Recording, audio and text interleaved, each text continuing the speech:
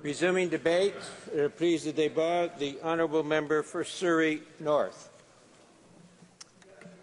Thank you, Mr. Speaker. Mr. Speaker, I'm very disappointed with the government right now moving a time allocation on this particular bill. This is an important bill that needs to be discussed in this House. When this bill was introduced, I was hoping, there's 360 odd pages, and I was hoping that we can look at this bill. There'll be some things in this bill that'll help my community of Surrey North. Mr. Speaker, as always, it's an honor to speak in this House on behalf of my citizens from Surrey North.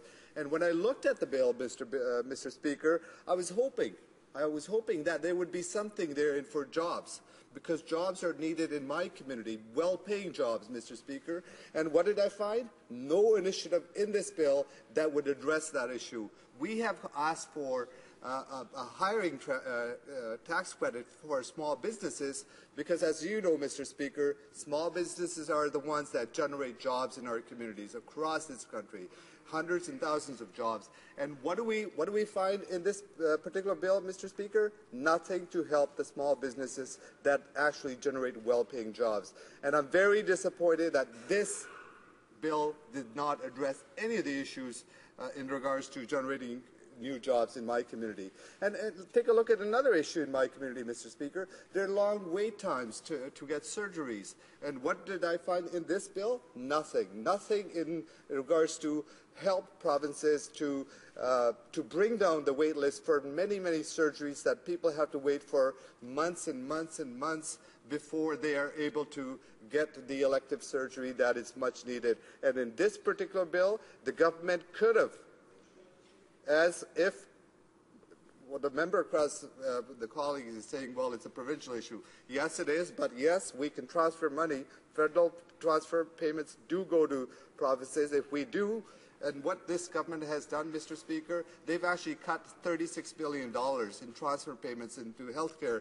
in the provinces. So, Mr. Speaker, there was an opportunity for government to actually help with reduce the wait times for elective surgeries. And what did they do? Nothing. And another issue in my community is crime. And when I look at, Mr. Speaker, again, the leader of the opposition, or the leader of the soon-to-be the opposition House leader is interrupting me, Mr. Speaker. Mr. Speaker, crime is another issue in my community, and crime prevention. I looked at the bill, and what is in there in regards to crime prevention initiatives? Nothing, Mr. Speaker. There's nothing to help crime prevention initiatives in my communities. There's nothing in there to increase the RCMP numbers in my community so that we can have more RCMP patrol our streets. There's nothing that will address the crime issues in my communities, Mr. Speaker. Mr. Speaker, I know, Mr. Speaker, there are other issues in my community. Housing, affordable housing. And when I look at Bill C-31, there's nothing in there that'll help provide for affordable housing in my community, Mr. Speaker. And I can go on. I looked at the infrastructure, whether, I have a bridge in my community that is 75 years old, and it was only slated to be, the life of that particular bridge was supposed to be for 50 years, Portola Bridge, and it's supposed to be torn down. And when I looked in there, maybe the government would look at increasing the infrastructure funding for our municipalities. No, nothing is in there, Mr. Speaker. And if you look at the grass, summer is coming up. When I go to back home in Surrey, Mr. Speaker, I look at the gas prices, and they're ballooning. And yet we don't have any, our wages aren't going anywhere, yet there's nothing in this bill that will actually put money into people's pockets. Mr. Speaker, I can go on. I was looking, there are seniors in my community, seniors that could use an increase in CPP payments, Mr. Speaker, and there's nothing. There's nothing in there to help our seniors, Mr. Speaker. Mr. Speaker, I can go on and on in regards to this, but here's something I said on on October 29, 2013. I spoke on this bill C4 actually, which was another budget Implementation Act. And here's what I said, Mr. Speaker, I'll quote. Bill C-4 is yet another omnibus bill proposed by the Conservatives. It comprises 300-odd pages and addresses over 70 different laws. Well, Mr. Speaker, here we go again.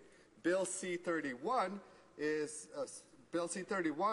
360 pages long, amends 60 acts, and has almost 500 clauses.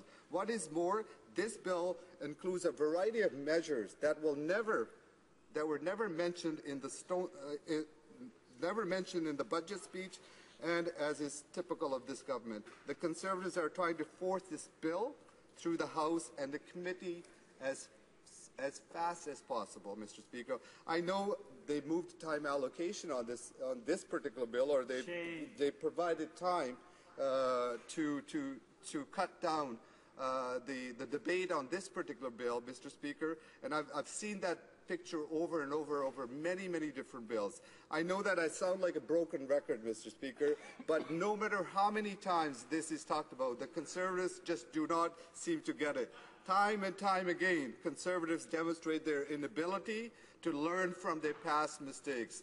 This will be their 5th straight omnibus bill.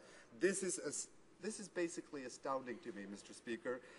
Canadians are not fooled by this government's tricks, Mr. Speaker. They know that the Conservatives are ramming through unfair legislation buried in hundreds of pages of this bill disguised as budget. Mr. Speaker, how are we supposed to evaluate which bills MPs support or oppose when the only choice they are given to is to vote for this overarching legislation that contains all of them? There's nothing that ties these bills together, Mr. Speaker. It makes absolutely no sense that they are lumped together, but here we are being forced to vote on a mishmash of legislation.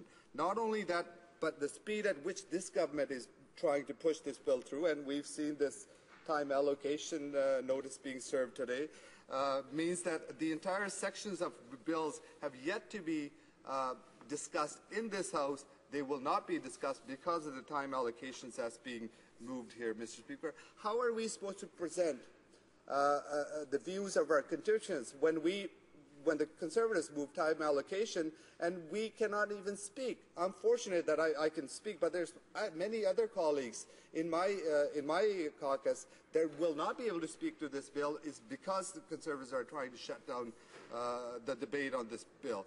Mr. Speaker, it's crystal clear to me that the Conservatives remain committed to their omnibus bills and time allocation rather than following the due democratic process. However, it is not only the process that's being followed to ram through this bill, this House, that is objectionable.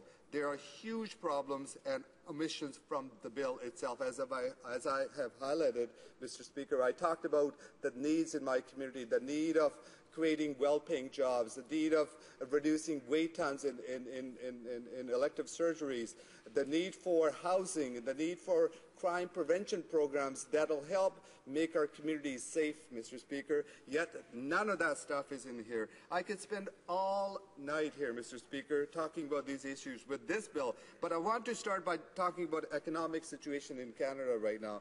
To be frank, Mr. Speaker, the facts and figures do not paint a very cherry picture of Canada's economic situation. I'm disappointed to say that this budget is not doing anything to address these problems. The Canadian economy continues to underperform under this government, under the Conservatives, Mr. Speaker. The Conservatives are offering no strategy to help unemployed Canadians. 1.3 million Canadians are out of work, and there are 6.3